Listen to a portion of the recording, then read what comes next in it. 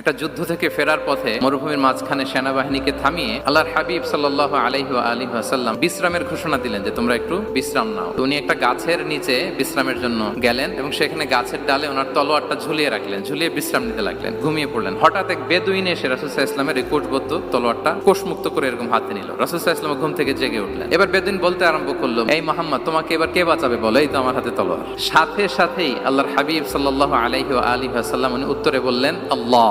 কোনো চিন্তা ভাবনা নাই যে ওরে আঘাত করা যায় কিনা পাল্টা, বা কোনোভাবে ওর কনফিডেন্স ডাউন করা যায় কিনা, কোনো দিকে না তাকিয়ে কি বললেন? আল্লাহ। সব সময় তিনি আল্লাহ কেন্দ্রিক ছিলেন। গায়ে সাউরে যখন আল্লাহ রাসূল সাল্লাল্লাহু আলাইহি ওয়াসাল্লাম এবং আবু বকর রাদিয়াল্লাহু তাআলা আনহু ওনারা আশ্রয় নিয়েছিলেন রাত্রিবেলায়, কুরাইশরা যখন খুঁজতেছিল, আবু বকর রাদিয়াল্লাহু তাআলা আনহু বলেন যে কুরাইশদের পা দেখা যাচ্ছে, ওরা যে হেঁটে যাচ্ছে, একটু উকি মারলেই আমাদেরকে দেখা যায়। রাসূল সাল্লাল্লাহু আলাইহি ওয়াসাল্লাম আবু বকর রাদিয়াল্লাহু তাআলা আনহুকে বলেন যে আবু বকর, চিন্তা করো না, লা তাহসান ইন্নাল্লাহা মা'ানা। আবু বকর, চিন্তা করো না, আল্লাহ আমাদের সাথে আছেন। সুবহানাল্লাহ।